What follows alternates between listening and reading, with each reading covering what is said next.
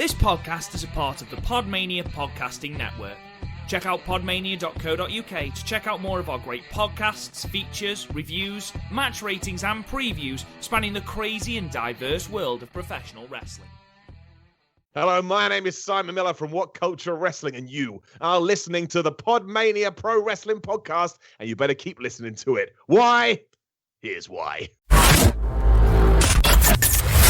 You're listening to the PodMania Pro Wrestling Podcast, a sample of the best pro wrestling podcasts we can produce on our tiny budget. Check us out on Apple Podcasts, Podcast Addict, CastBox, and all other podcast platforms. If it's wrestling you want, check out more of our great content at podmania.co.uk. Let's do this.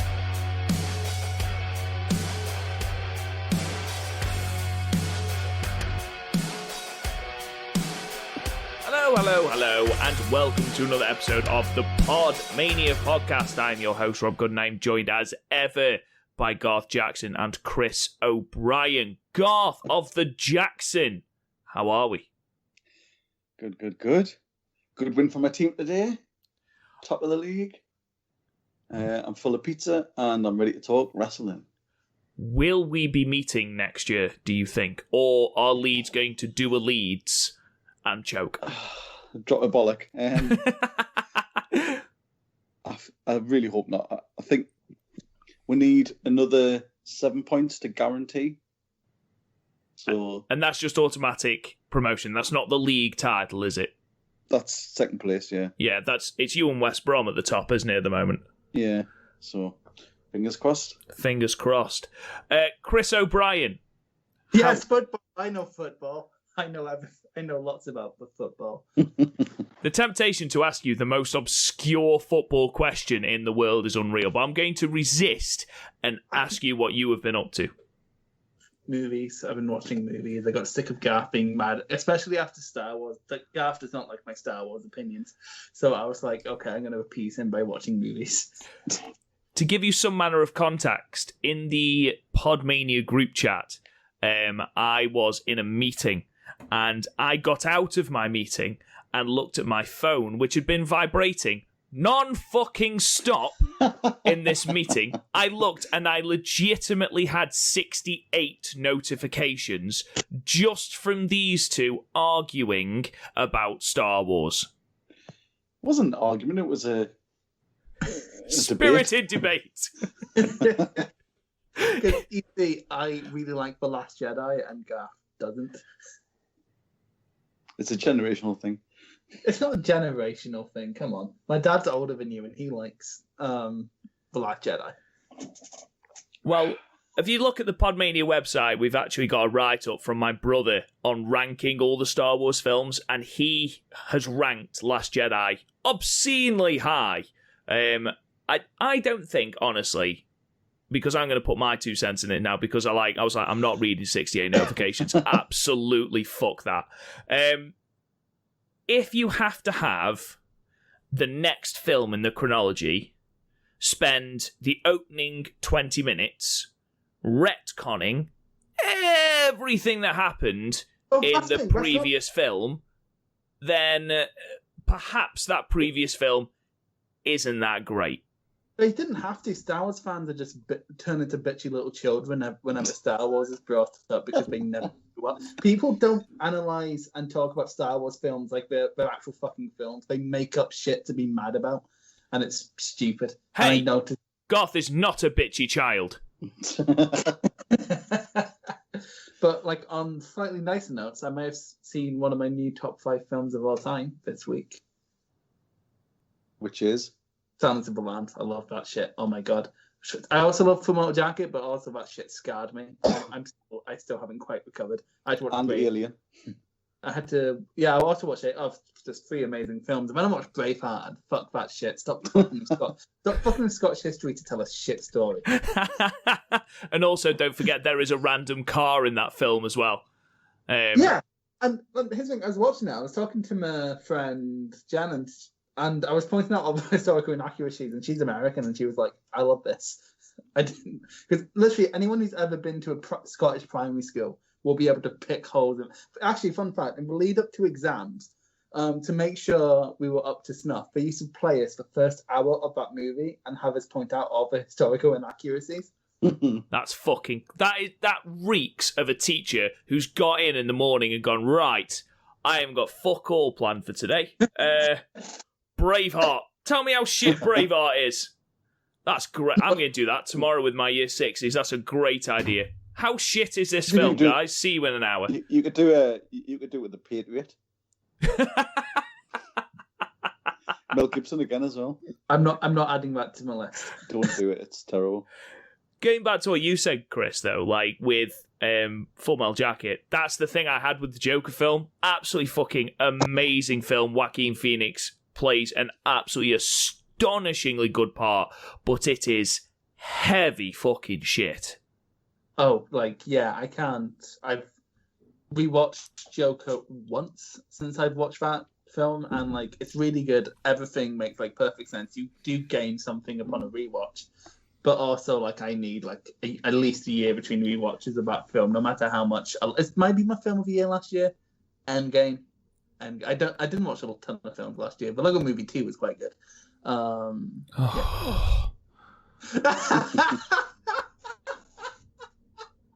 You are comparing an Oscar-winning film with a film that popularised the song "Everything Is Awesome." That was the first. Oh, fuck off!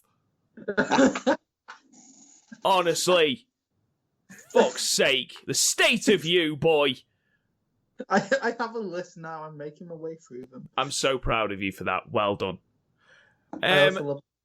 Before we delve in then to the actual wrestling that we're supposed to talk about today, Garth, what is your tipple of choice today? Well, because I'm so full of the humongous pizza I ate, I can't really stomach any heavy beer or anything. So instead, I have a multivitamin dissolvable tablet drink. The most uncool thing I think I've ever said in my life.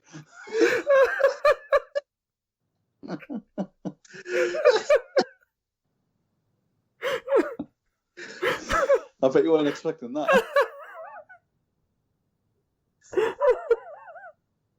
Does it help keep your tablets down? It's the only way I can take them nowadays. Oh, God. Oh, God. Oh, fucking hell. Oh. Oh, my God. Oh, you are the coolest motherfucker. Oh, my God. It's I'm drinking a dissolvable drink. Who the fuck cares? Come at me. Yeah, come at me, bro, with my vitamins. Oh, Chris, what are you drinking? If you say fucking... Are you drinking your milk and saying your prayers as well? Oh, my God. Oh, my eyes are fucking streaming now. Oh, Chris, what are you drinking? Water. Although if we were doing this tomorrow, I'm going to Asda because my nana said. Big Friday out for Chris. No, my nana. I was expecting to say I'm going to a party. Yeah, that's what I expected. I'm going to Asda. Yes, fucking big night in the Asdas. Because Nana Birchall, salt of the earth that she is, sent me £20 for passing my degree. Oh. So I'm sure what she wants, that the most Catholic woman I've ever met would want me to buy a bottle of Jack Daniels. So 100%. It's actually one of the 10 Commandments. When thou is blessed with £20, thou must go to nearest Asda big store and buy a bottle of finest Jack Daniels. I believe it's the lesser known 11th commandment. Here's the thing. Moses dropped the tablet and he was drunk, so it fell off. But also, it's Bank of England, so I'm not sure if it's legal tender up here. That's fine. It's pretty much like toilet paper, isn't it, up there? Yeah, you guys are racist. You guys are really racist. I mean... Hey, that's Mel Gibson talking.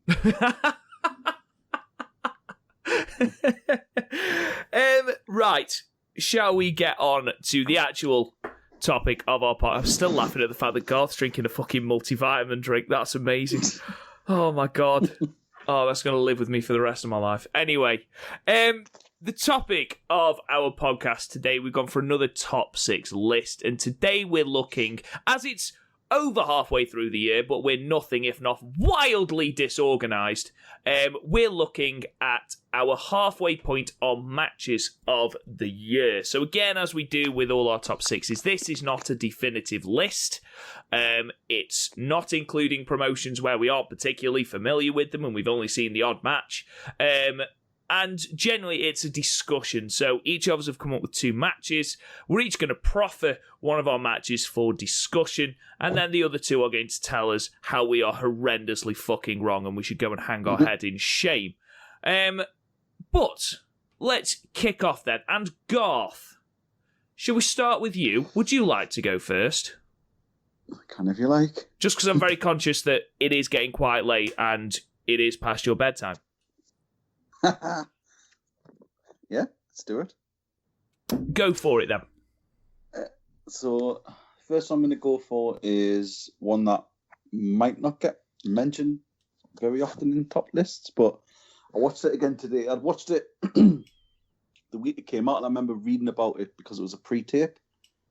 And people at the time apparently were saying it's a classic, it's a sort of top-tier pay-per-view level, so I'm going for SmackDown, June the 13th or 12th.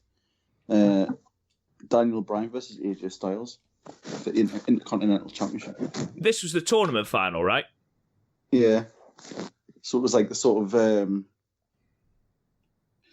what's it called? The vacated title. Of course, yeah. Was it the new design when they've just released that?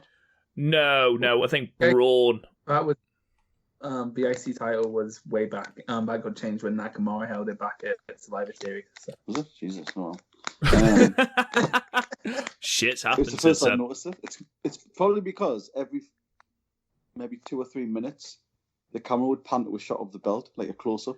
Oh God! And it was like That's something I hate about WWE. It's like, fucking like it's almost like they're like, we can't cut to the crowd anymore because we'll show them not wearing masks. So I see. Just before, go on. Sorry, go ahead. Sorry, the Garth. match itself was like what, 20, just over 25 minutes, but it was just a masterclass. Like 2 legitimate like masters of their trade, sort of trade and blows. Storytelling in ring, because like there wasn't really any sort of lead up anyway. There was no real proper story. They were the tournament finalists, but it was just, you could tell they clicked just totally and utterly. And like Brian went back to his sort of much more targeted submissions and holds, and AJ didn't really have an answer for it. So AJ then had to start using all his tricks of targeted knees, and he couldn't get any of his aerial moves. He couldn't barely get off the mat because Brian just absolutely just put on a masterclass. But then AJ sort of worked the knee, and I was reading about it afterwards, and there were people, and the ref apparently was legitimately thought that Brian was injured with his knee, and Brian sold it as he was, and he says, "No, I'll be all right, but like just stand by," sort of thing. So people legitimately thought this was a proper injury. It was so good, like the selling was so good, and then it was just a fucking really great match. It wouldn't have been out of place on like the top of a card or on a pay-per-view. Stuff like the Pele kick into an ankle lock, then the running knee counted into a Styles clash, which you think, how the fuck can you do that? But they did it, no bother. They did stuff like where, like normally in a match, if it's quite even, they'll have the thing where they run into each other in the middle of the ring, or they'll do a double clothesline. Well, they did that, but it looked really messy. I think Brian went for a knee, and AJ went for like a forearm, and they just smashed into each other, but it just looked like real. I was just watching it, and it was one of those matches where normally if it's going like 25, 30 minutes, you sort of start looking at your phone or wondering a bit, but I was just totally just engrossed in the match. And that's very few matches do that nowadays, so yes, that match is one of my favourites I've seen this year. Chris, what did you think of it? Well, did any of you watch the tournament going into this match? I saw, saw like, the odd clips and bits match. on YouTube. Yeah. Because I was curious, because this is a tournament final. As you guys know, I'm a little bit compulsive. So when I heard about this match being so good, I was like, okay, I'll watch it. Then it's like, it's tournament final. And in my head, I'm like, you don't need to watch the whole tournament. You don't need to watch the tournament. You don't need... So I watched the whole tournament. And Daniel Bryan was without a doubt the fucking star. Like, he could pull a great match out of anyone. And like, he had a match with Gulak, and it was like a fucking Matt classic. Like, they were wrestling like we're sparring, which makes sense because they're tag team partners. It's just amazing. And then you had him versus Sheamus, which is always a solid enough matchup. But like, AJ Styles had an easier path because I think, if I'm remembering rightly, he only had to beat Nakamura because Hardy got taken out. Or Sheamus, someone got taken out. Was it Elias? I can't remember. It was Elias. Was it? I watched it. I can't fucking remember. Anyway, AJ only had to beat Nakamura, which like in WWE land. Anyway, so like going in, like both men had like decent matches under their belt, especially Bryan. I think if you haven't, go and watch his match with Gulak. It's only like 10 minutes long and it's amazing. But yeah, going into this, I'm just convinced Daniel Bryan is the Bret Hart of now, where we can work a great match with anybody. Only he's better than Bret Hart because he can cut a promo. It's just amazing. I'm surprised they didn't put the championship on him, to be honest. But like, I understand they put it on AJ because AJ's like a flashier person. But like, yeah, I can't really name any spots that Garth didn't, but I thought stood out, especially the Pele into the ankle lock. I saw that earlier this year in like a WXW match, but like for like an IC title, it means more. So it made me pop a bit more because like these two have perfect timing, like absolutely perfect timing. And AJ can sometimes go a tiny bit over the top. He doesn't do it too often nowadays, but like he can definitely overindulge, especially in near falls. So Bryan does a great job of sort of reining that in because he's a genius. So like that's the thing that I noted. It was like, and I put it down. I said it's like it's not you typically WWE where it's like finisher, near fall, finisher, near fall. It was they were trying to get the finishes in, but they couldn't. And then when they did, they were too fucked themselves to do a cover or something like that. No, exactly. Like every time he took a remotely stupid risk, it made sense within the match, as opposed to like a lot of matches, especially like early on in AEW before they sort of fixed that, like where they take a risk just to pop the crowd and it wouldn't affect the match. Whereas like every move here felt like it mattered. That's it. I mean, I love this match, and I'm not going to go over the match because obviously Garth has already explained it.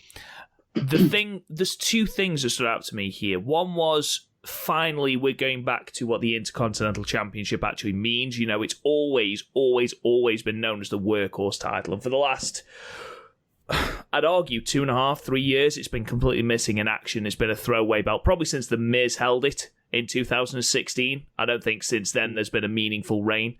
And unless I'm very much mistaken, Bryan has it in his contract at the moment that he can choose his feuds and he can choose his matches, basically, and who he works with. Hence him working with Gulak at Elimination Chamber, and I assume hence him working with Gulak again in this tournament. But if this means that we're going to get matches like this, like that Gulak match, I am all on board with this, because we are getting that proper Daniel Bryan wrestling masterclass, and I'm completely cool with that. I am really, really happy with that. If that's true, contract, I think Daniel Bryan might be the only wrestler I trust with a contract like that, because he's only going to put himself over when the story demands it. Like, he's the definition of a selfless worker half the time. Like, he tried his best to make Big Cass look good. Like, if I was Daniel Bryan, I'd have just given up. I believe Edge has something similar in his contract. In fact, it was confirmed in an interview that he's got exactly the same sort of clause in his contract as Daniel Bryan has. So that's why Boston, because he just feels safe. I don't think it's safe. I think it's...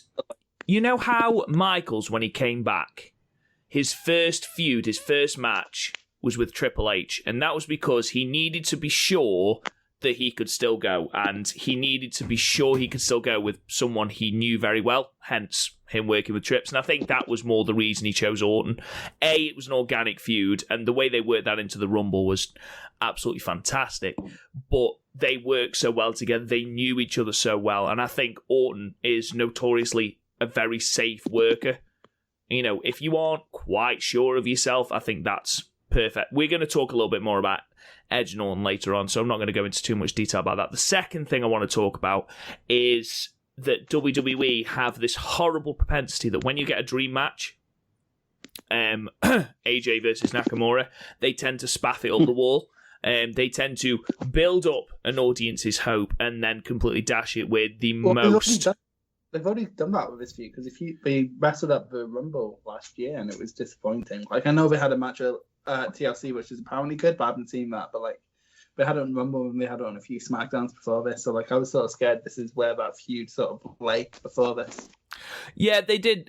Again, you look at the Nakamura-AJ feud, you know, every single match was extremely disappointing. Kevin Owens versus AJ Styles, that feud, incredibly disappointing. So to have this, you know, yeah, I completely understand that the Rumble match was still okay. It was just a little bit disappointing. The TLC one was better, but to have this match was a breath of fresh air. I only hope now, because I know AJ has defended it against Drew Gulak recently, I think last week. If we're going to get people like that going for it, maybe see someone like a Cesaro go for it, though I think they're going for the tag titles at the moment. You know, literally having people have 20-minute classics with this match, with this belt, I'm all for it. And this match has certainly put the IC title back on the map this year, certainly, because, like I said before, it was pretty dead and buried. Anyway, so that's Garth's first choice. Chris, I'm not sure if I know any of your choices, so this should be relatively interesting. What is your first choice to throw on our PodMania roundtable?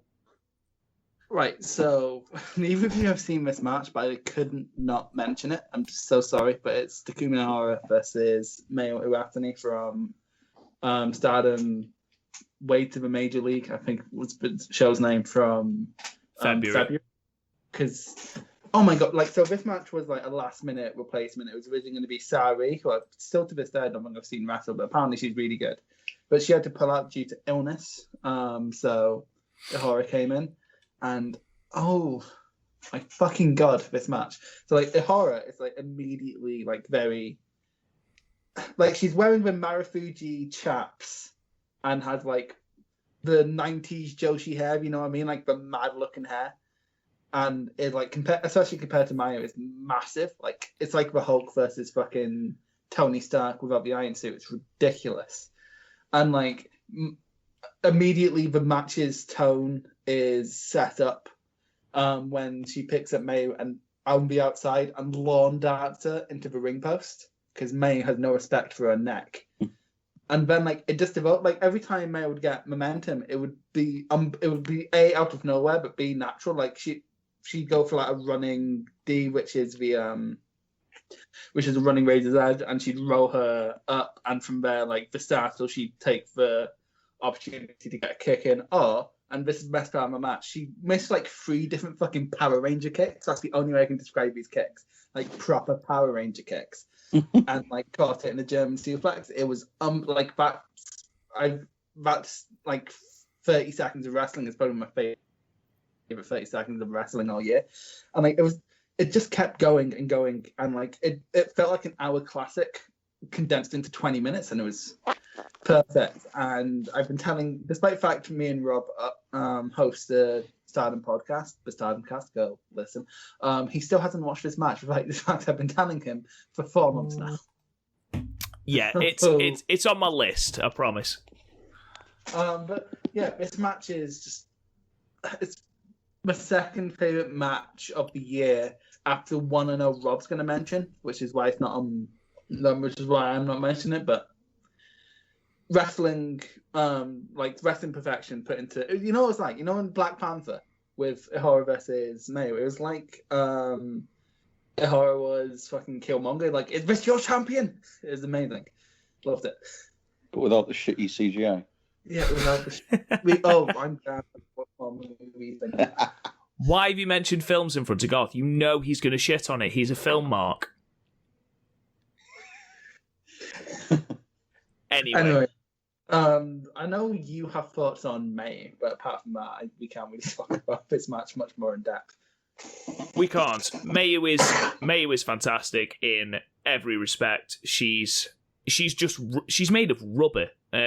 From all the matches that I've seen of Mayu, she just rubbernecks completely. She sells for everyone. She just makes everyone's offense look fucking amazing because she has no, as Chris said, absolutely no regard, A, for her body, B, for her neck, and C, for her own personal safety, which makes for compelling viewing whenever she is taking a beating, and that's, in my opinion, why she makes such a fantastic champion, because she fights so well from underneath. But it is ever so slightly scary, especially when you look at some of the high-necked bumps she takes. You do have to look at it at some point and think, Mayu, that's enough. To put this in perspective, Garth, this is a botch, but it sort of puts into perspective how like almost indestructible her neck is. She was having a match against Bea Priestley for the red belt last year, and she went for a Hurricane Rana. Bea slipped and dropped her on her head from the top rope, and she was fine. Like, she was completely fine. Like, it's one of those wrestling botches where you're surprised no one died, let alone no one was injured. It's an astonishing bump. It was gift on Twitter for absolutely ages, because you do look at it and go, how is Mayu still walking? But yeah, even despite I'm surprised Garth hasn't called me a Joshi Mark yet. This match is like a perfect distillation. Like, all the story you need is within the match itself. So like, if you have 20 minutes, just go check it out, because in my opinion, only one match has topped it all year. I'm right in thinking that it's not even for the belt, is it? It's just a special singles match. Oh yeah, it's just a special singles match. Although afterwards, May does say you can challenge whenever you want because you've earned it. Because to be fair, she did pin May. That's something I forgot to mention. The outside of pin May, I did not see that coming. So, especially as it was a replacement as well. Yeah, especially, but clearly they saw her and was like, because she used to wrestle in Stardom before she left it's in Marvelous, I think she is now. And like, they clearly saw, well, if we can get you in for another day, that's going to draw, and would be another good filler defense for May. So yeah, hopefully when the world is good again, that match happens, because I want to see this match like a million times, like all the time, all day. Bless you. Anyway, your pick from. My pick, I imagine is fairly divisive, but I don't care. Is the greatest wrestling match ever. It's Edge versus Randy Orton from Backlash 2020. It was hamstrung, certainly, in the build-up by two things, really. One, that awful tagline that they went with, the greatest wrestling match ever, which just, you're never going to look at a match between Edge and Randy Orton, especially a 40-year-old Edge, and go, that's going to be the greatest wrestling match ever, especially when you've got, Wrestle Kingdom in January. But they went with it, and then, of course, it was hamstrung by the fact that it was in front of no crowd. So it didn't have a lot going for it, really, but we went in. Of course, it was on the back of that last man standing match at WrestleMania, which went about an hour and a half too long.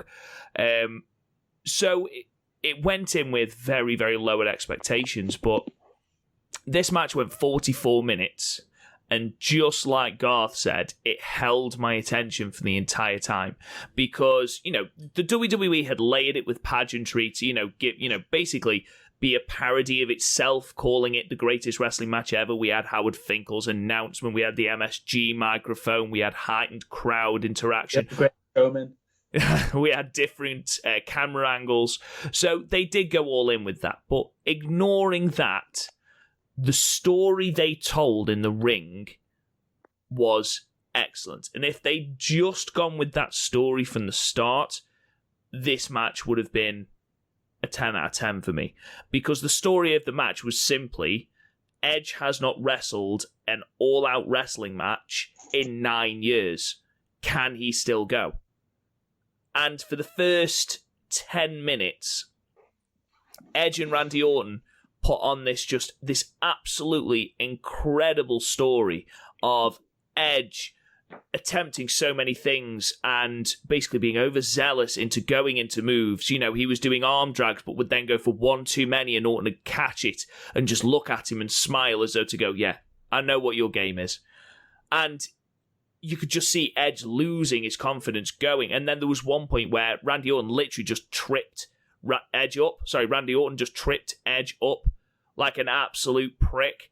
And Edge rolled out of the ring, and you just saw this look on his face, like this doubt-filled look on his face. And that story was absolutely incredible. And then it just kicked into another gear. We had finisher spamming.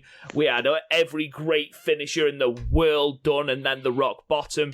It was a brilliant, captivating match. And then to top it off, Randy Orton had to resort to the punt, which he'd been a little bit negligent. He'd been a little bit sort of reserved about using, but in the end he did use it. He won with that, and then there was just that moment where he leaned into Edge and just went, "I'm gonna fucking kill you," and just whispered in his ear, and you genuinely believe it because it's Randy Orton and he'll shit in your bag.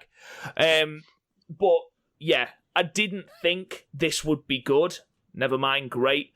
And me and Chris spoke about this on a different podcast, one of the weeks in wrestling, and we talked about how we slag WWE commentary off as a wrestling collective so often, and quite often, rightly so, with their corporate shilling.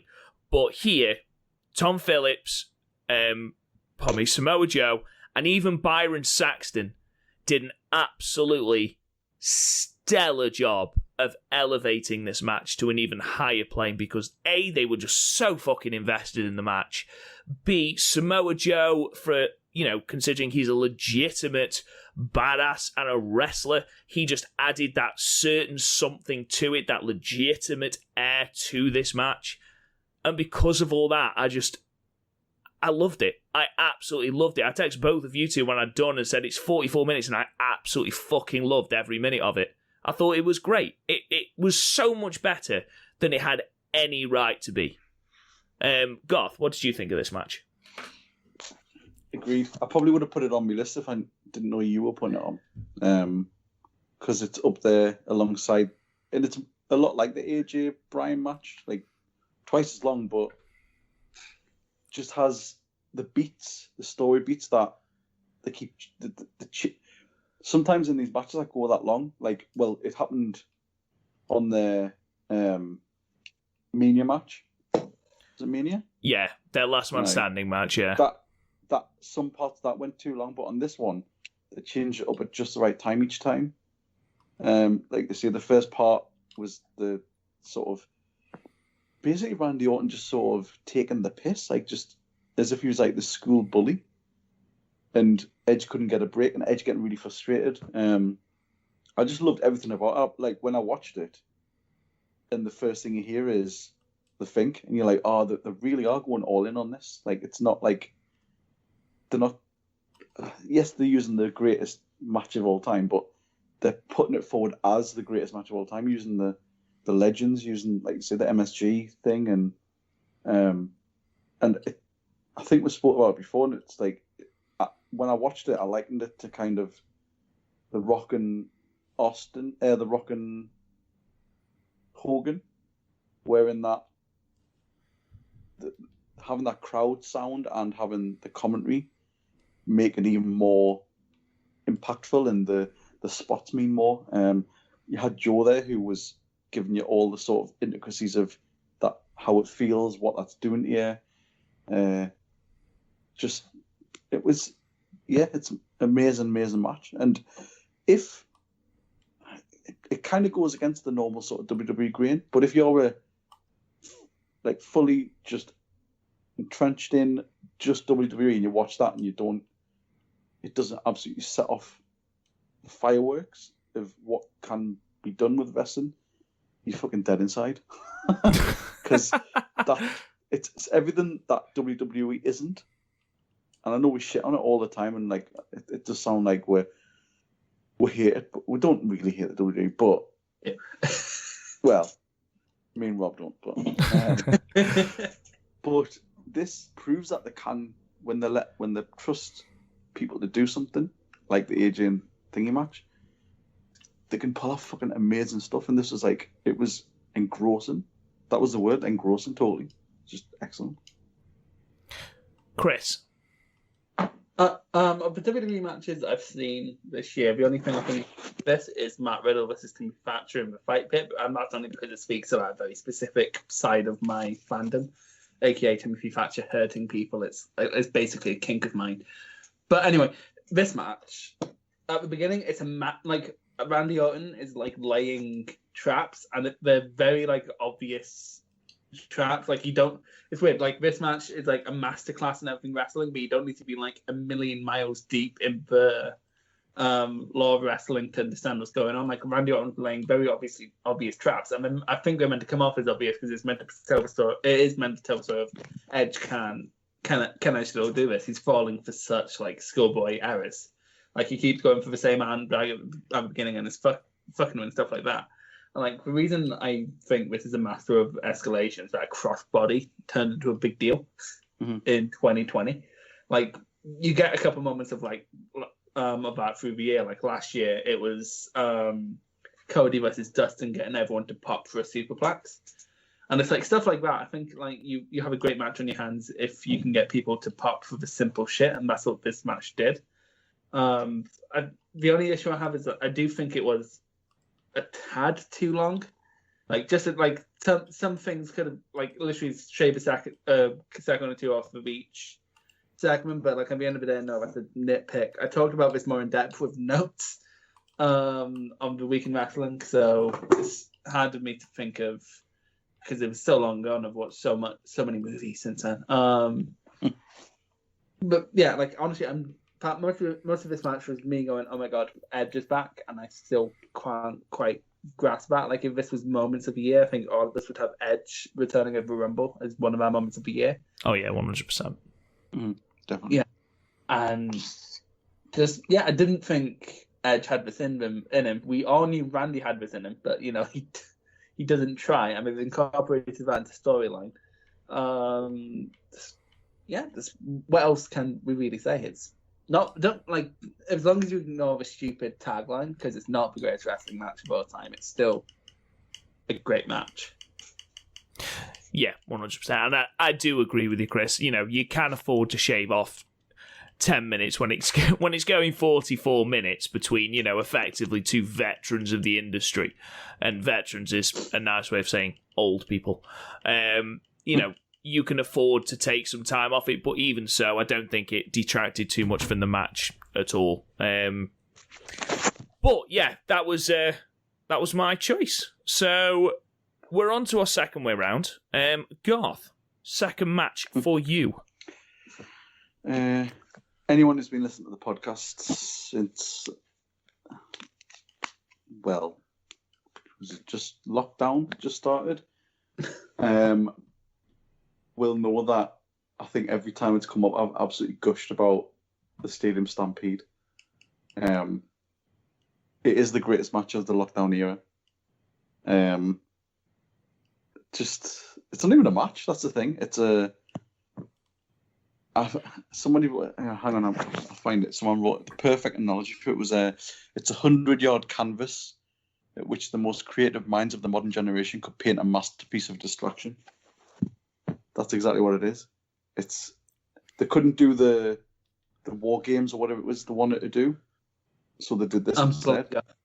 Blood and Guts is what we were calling it. That was it, yeah.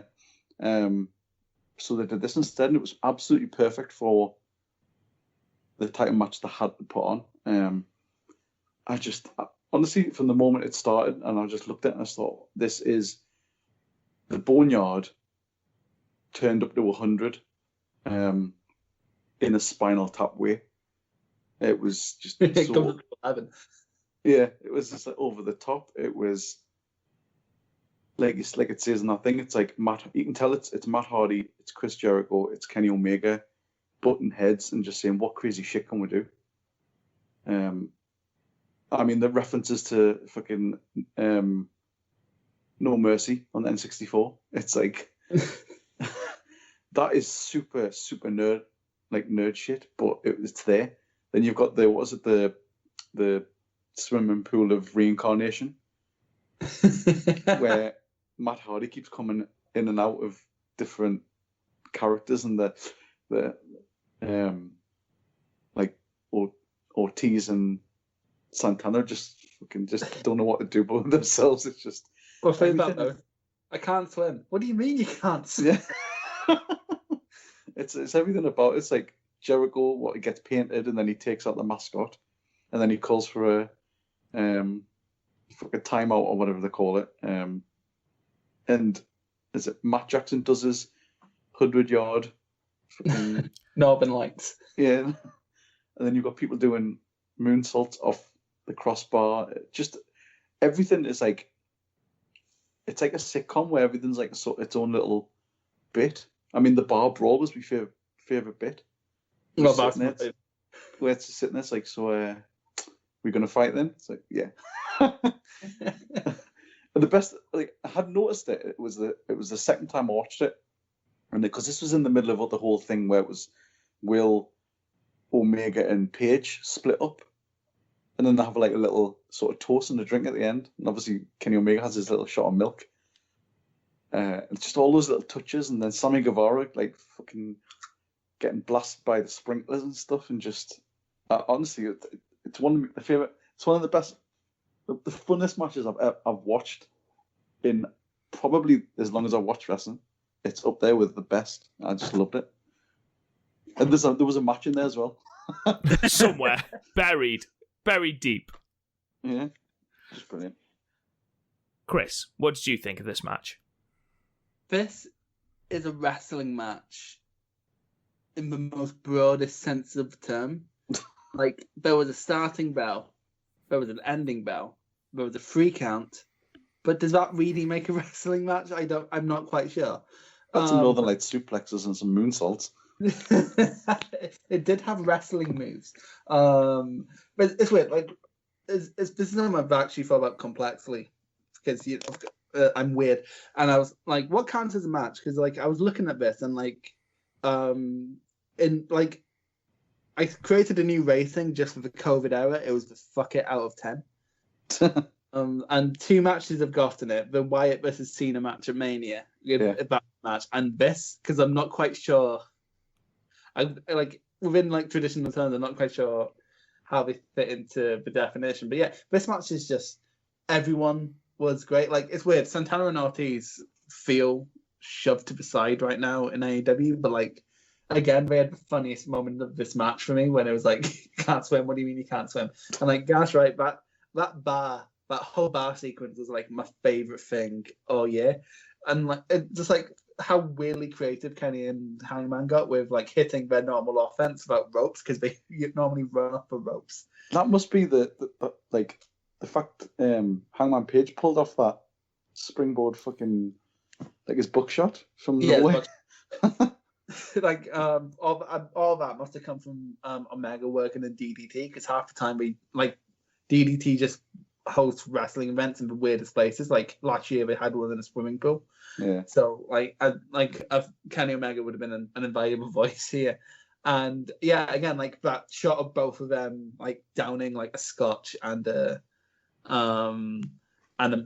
that was awesome. Sammy Guevara was like the person of the worst luck. Like, oh yeah, he was like the comedy, like, yeah, he was like, finally. And when a bad thing happens, it's like, oh, poor Sammy. Jericho, like, continuing to do great work without having to bump. I loved him, A, due to respecting the mascot, and B, how he and Aubrey played off each other when she tried to add him. It was amazing. I'm like, the funny thing about that part was it was on Jericho's podcast where he was interviewing her, and he says I don't know anything about American football. I've never watched it. I don't know anything about it. So then when like people are saying call inaudible, he's like, I don't know what that means.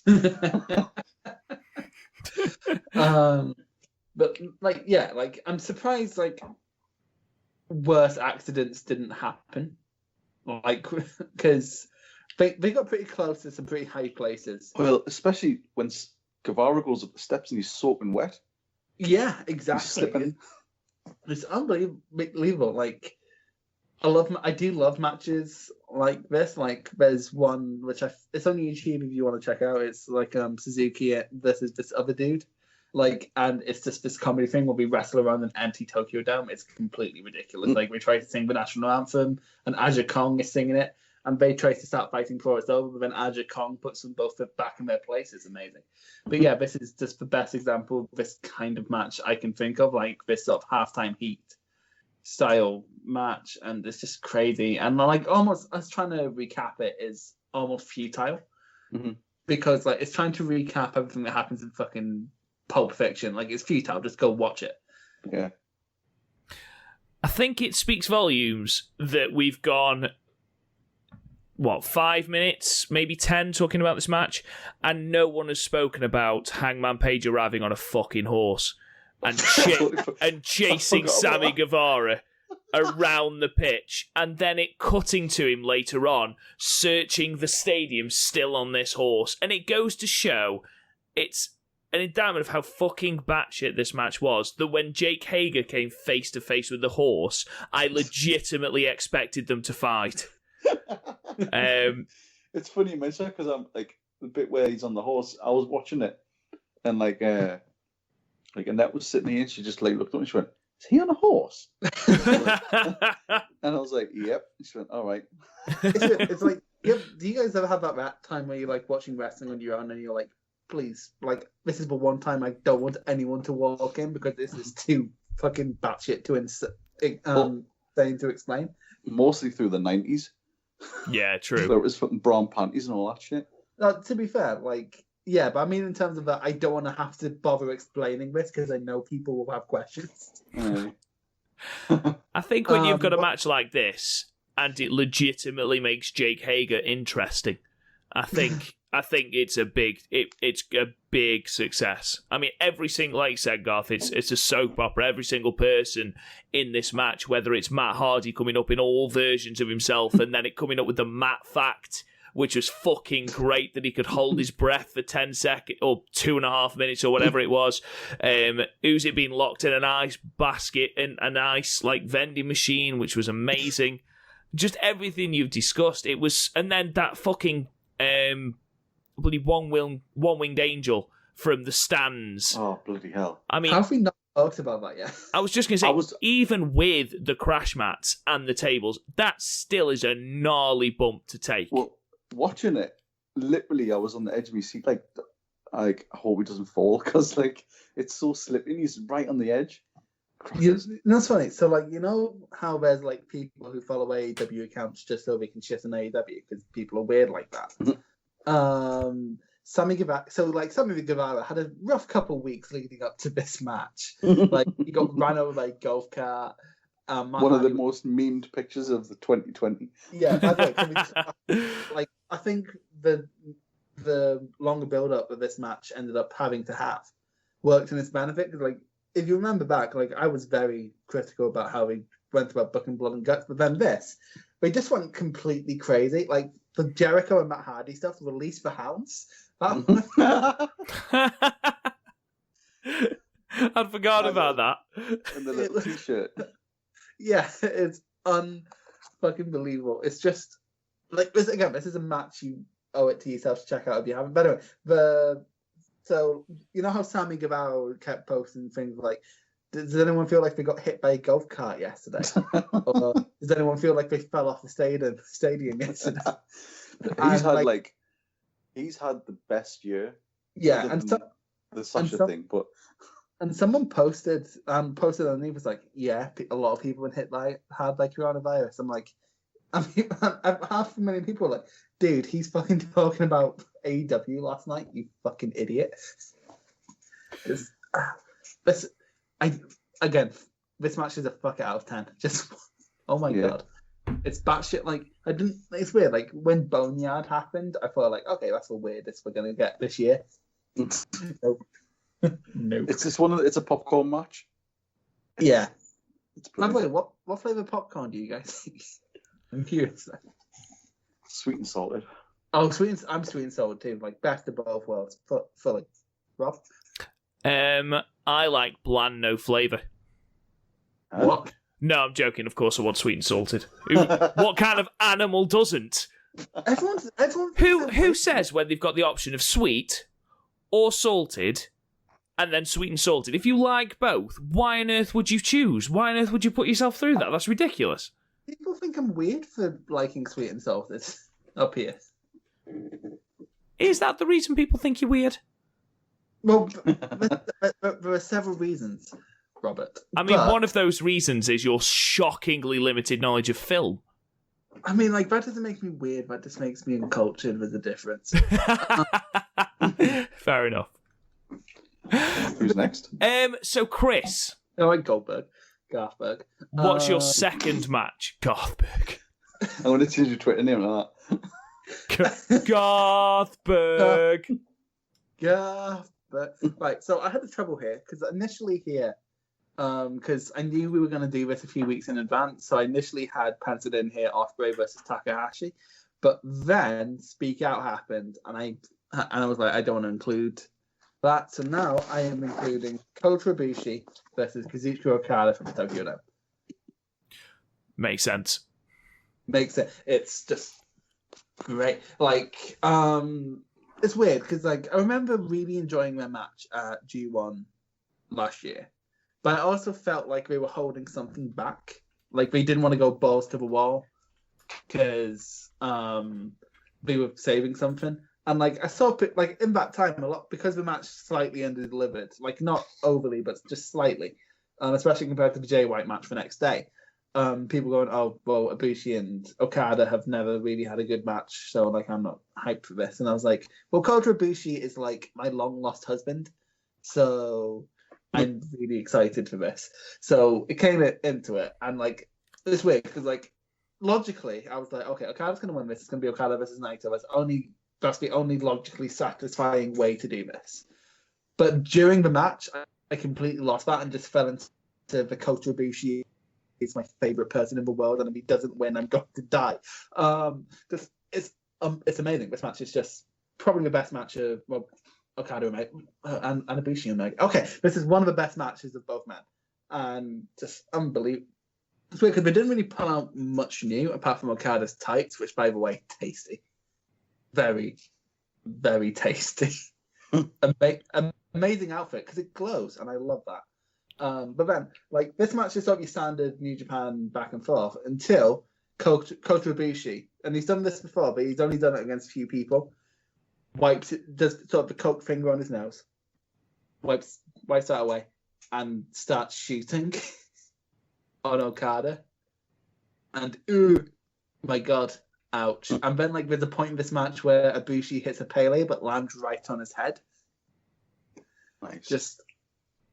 It's amazing, this. And then, like, Ibushi pulls out, like, his standard big match stuff, like his deadlift German off the rope, which is impressive no matter when it's done.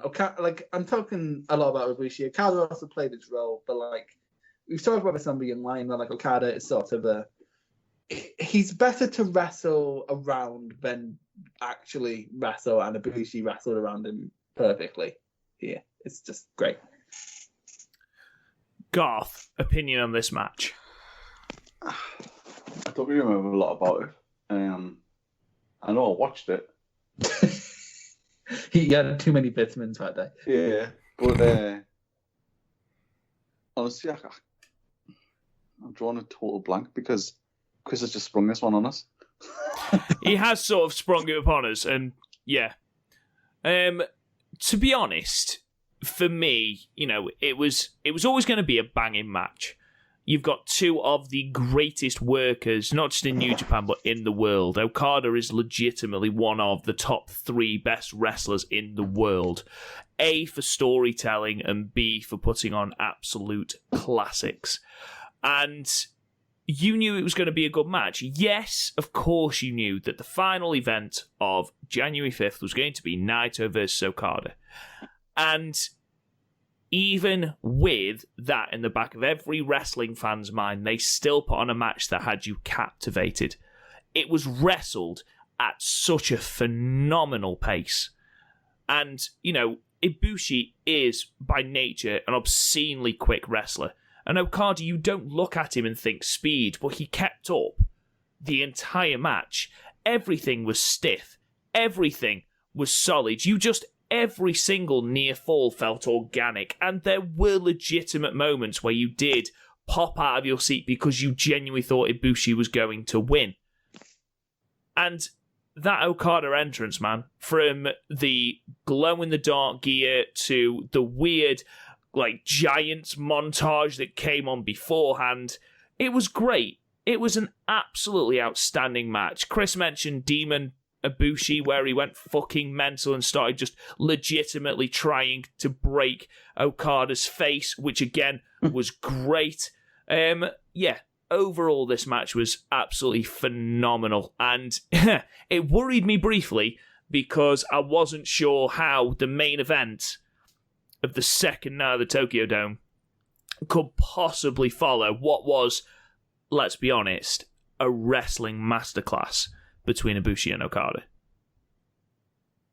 Yeah, I know that was designed to be a great segue, but since we're going on to the last one now, I kind of feel like we have to ask if there's any honorable mentions. No, it wasn't a segue, actually. It would have worked, actually. Never mind. It doesn't matter. Anybody? Go on. I've got a couple of honorable mentions. I want to put the Men's Rumble in there because, again, it was the best Rumble in a long time. I'd say since that was the best Rumble since 2010. Yeah. I mean, the winner, Brock Lesnar, Edge, it was just really good. Yeah, it was different and it was entertaining and it was structured. That's the thing. That's it. A lot of our Rumbles just fall into, okay, we're going to like just do random shit around these 30 men. But no, like you had your Lesnar part, and then you had the beginning, which was like the Lesnar part, that went for almost half a Rumble. And then you had Drew McIntyre knocking it out. And in your head, that sort of eliminates Drew from winning because you're like, well, we've given Drew that big moment. It's going to go to someone else now. Mm-hmm. And then like you have the second half with everyone, like the second half before Ed, where they're just filling up the ring, and then Edge. I cried. I like when he came out and you can see it in his eyes. He's about to cry, and I'm like, Edge, don't cry. Could you cry? I'll cry. It's that moment with the tears in his eyes, and he comes out and he's all hyped, and then he sort of like just stops for a second, and he's like, suddenly he's stripped away, and he's not Edge, he's Adam Copeland, and he's so glad to be back, and you can't help, even people who aren't fans of Edge, whoever these weirdos are, I'm sure that even they were like, holy shit, this is a moment. And yeah, that alongside the entire Lesnar storyline, the fact that McIntyre got over in the way that was masterfully done, how they managed to get that storyline between Brock and Drew, I thought it was absolutely superbly done. I thought the entire Rumble was structured really, really, really well. Yeah. You mentioned you might have another honourable mention, Garth. Omega and Page versus the Young Bucks, a tag match where it was, well, as far as I've seen, it's the best story-driven match that I've ever seen the Bucks have. Yeah, probably in terms of story. Yeah, the match had like gravitas. There was you knew their background. You knew that these four people were really close. There'd been all those things where they were sort of teasing Page's sort of maybe it's a heel turn coming, and he didn't. And there was Matt Jackson sort of working Kenny Omega's injured body parts. So he ripped off the tape and things like that. And where Matt Jackson almost went full heel, and even sort of Nick had to sort of rein him in. The fact that went the extra mile, and then at the end, Kenny Omega was sort of standing sort of face to face with him, and then Page was the one who came back for him and stuff. The story, and it was excellent, and obviously we know that they're going to put in a good match. And going into that, I wasn't really, as I'm not tend to do with these matches, wasn't that excited, because I thought, well, they're going to have a good. We know they're going to have a good match, but it's a doubt whether there's going to be story. But this was pure story, and it was like really, really good. Probably the best tag match of the year. One of the best tag matches of the year. Yeah. So Okay. With mine, I'm going to go rapid fire, because I do have a few. Matt Riddle versus Timothy Thatcher in the Fight Pit. It's like, this match is based on my kink, and I love it. Kento Miyahara versus Swama. Kento looked extremely cocky going in, and that actually played into the story, and I loved that. And the last one, the last one has left my head, and I hate. Masato Tanaka versus Mao. It was great. It was like this really high gravitas title match, interspersed with weird stuff like going through a box full of ducks, or like a stiff forearm exchange that went on for like 30 seconds, ending with Mao going to Tanaka, what's over there. It was great. And also, just one last thing, Bandido versus Mike Bailey at the WXW 16 Karat Gold Tournament. I've literally never seen a match where it was so good that the fans threw money into the ring after it was finished. That actually happened, and it's one of those wrestling visuals that will never leave me. It's just going to be there for the rest of my life, because like the match was so good that everyone in the audience threw money at them. imagine if that's how wrestlers made a living, just on tips. I think we should implement that system. Well, Britain's fucking tight as fuck, so they get nothing. Oh yeah, it'd be like, oh, here's a penny. It'd just be coins. It'd be fucking carnage.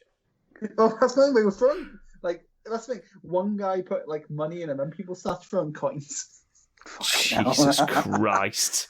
Fucking idiots. But like the match itself, I would actually hold it against any junior match this year from New Japan. It was great. Right, so I'm just going to go straight in with my pick, and the last match is still to this day my favourite match of 2020, and but he picked it before me. Yeah, it's the double championship match, the IWGP Heavyweight and IWGP Intercontinental Championship match between Tetsuya Naito and Kazuchika Okada from the second night at the Tokyo Dome.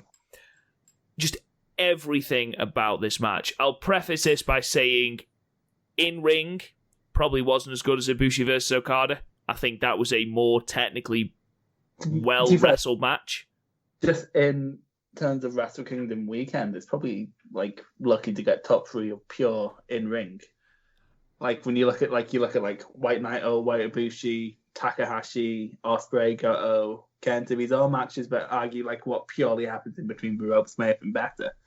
But like at the end of the day, wrestling's a story. So this is long-term storytelling at its best.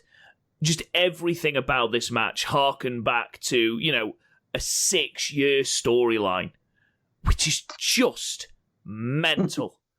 Like, you are looking back at Wrestle Kingdom 8, and even further back than that, and every little bit of this match tells a little bit of a different story. Whether it's Naito coming to the ring, Naito usually so, arrogant and flamboyantly arrogant, and here he just walks to the ring almost single-minded on the ring and the task at hand. His video package with the television screens and just looking back at all the times that Okada has not only beaten him but embarrassed him was amazing. The fact that he just leaves the Intercontinental Championship in the middle of the ring and fucks off to the corner and doesn't even look at it, turning his back on the Intercontinental Championship, and just it was just incredible. It was amazing. You've got Okada being that dick at the start of the match, pretty much just going, it's Naito. I can beat Naito. I've beaten Naito many times. Remember him the night before when they had their standoff? Exactly. And Okada's physically fucking laughing at this Naito challenge. And then just partway through the match, it seems to be this unspoken respect. And then you've got the first half of the match with Okada's arrogance, you've got the respect in the middle, and then you have just got fucking hellfire at the end. And the last bit of this match is simple, but it is beautiful. Naito's undoing at Wrestle Kingdom 8, his last, his attempt at that IWGP Heavyweight Championship in the Tokyo Dome. He went for a Stardust press, fucking missed it, ate shit, and Okada beat him. And that was in a match where the entire of New Japan turned on him, and, he'd had his match that was supposed to be the main event shunted down the card, even though it was the championship match. And he's gone for it in previous matches, the Wrestle Kingdom 12 match, for example, and missed it again, and still lost. And here, he went up for it, and even though the storyline was made for Naito here, there's still just that little bit of trepidation. He's going to miss it. But here he hits it, hits the Destino, which of course translates as destiny, which is so fucking apt in this case. Victory, and just the explosion from the Tokyo Dome. A dome where, it's enormous. It's very, very difficult to get a lot of noise in the Tokyo Dome because of its sheer size. The place erupts. Storytelling is why I love wrestling. And this is long-term storytelling. Every story beat was perfectly executed. Whether it's everything I've just discussed or whether it's literally just Okada's neck just being destroyed by Naito. It's beautiful. It's beautiful carnage. I fucking love this match. It is still my match of 2020. How Meltzer didn't give this 5 stars is beyond me, but star ratings are subjective. I'm not too hung up on that. It's the expressions on the faces. Just simple things like that really just compel you to be part of the match. Whether it's Naito's just desperation, he can't lose again. It's beautiful. It's an absolutely beautiful match that I've watched it now 3 times, and I'd happily watch it again. Go and check it out. It is fucking immense. Chris? Yeah, so coming out of Wrestle Kingdom 12, I was kind of, I don't want to say mad at, I was more baffled at New Japan. I saw why they didn't have Naito. Everyone wanted Okada to break the record, and then it went on Kenny. So it kind of makes sense. It kind of flows, but also I in the back of my head, I'm like, you've wasted Dio, and that kind of went on. He sort of just feuded on and off with Jericho for the rest of the year, and then this, and in 2019, it literally felt like he was treading water. I'm like, I love Tai Chi, but main eventers don't sully their hand with Tai Chi. So Naito doing that for most of the year was interesting, to say the least. And then he had a feud with Ibushi, but it was over the IC title, and so Naito was turning into another Nakamura, which is fine, but also, do you really want the IC title doesn't have prestige, the IWGP title does. So and Naito looks so desperate, as recently as King of Pro Wrestling, where Tai Chi destroyed him, and then he only got into the way it was being told, Tai Chi was number 5 heavyweight. I don't know how that happened, but that happened.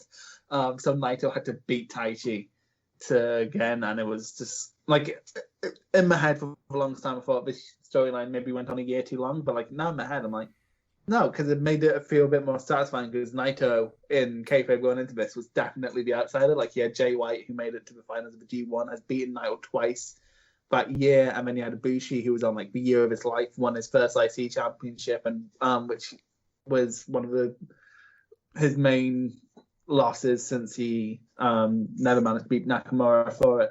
And yeah, just everything sort of came together in sort of this wider structure, but never seem to involve tag team wrestling. But we don't talk about that.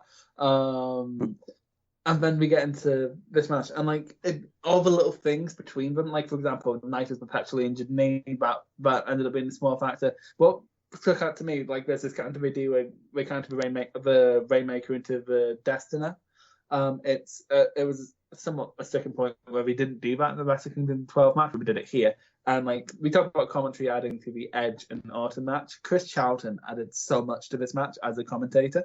Like when he went up for the Stardust and he was just there going, "Don't get too clever, sunshine. Don't do it." And then like it just made it all the more amazing when he hit it. And yeah, like Naito is one of my favorite, like always perpetually within my top 5 favorites in New Japan, depending on how I feel. So like this was a massive thing. Like everyone had been waiting for this. Everyone, like apart from like the 2 people who were annoyed at the Wrestle Kingdom 12 main event because we just wanted Okada versus Kenny. Sure, but just I can't say anything that Rob hasn't said. Just go watch this match. Like you probably, if you haven't been watching New Japan, like I've been watching New Japan for 4 years now. 5 years now, and Rob for three or 4. So, like, this has been like one of the main stories. Like, this felt like a season finale. This felt like a season finale, and then Kenta happened. Oh my God, the dick! Fuck Kenta. He was just about to do a roll call. And Kenta came out. Fuck you, Kenta. Fuck you, Kenta. Amazing. Garth, anything to add? Remind me again, this was the match where Naito just came down like an absolute prick? Is that right? With his suit on? Well, he always comes down with a suit on. Yeah, but like, did he not just go into the corner with his back turned and just slowly take his suit off? And yeah, that's the one. That's the one. I just, because I remember watching that and thinking, this is like straight away, this is what I want. Because I had no idea what I had.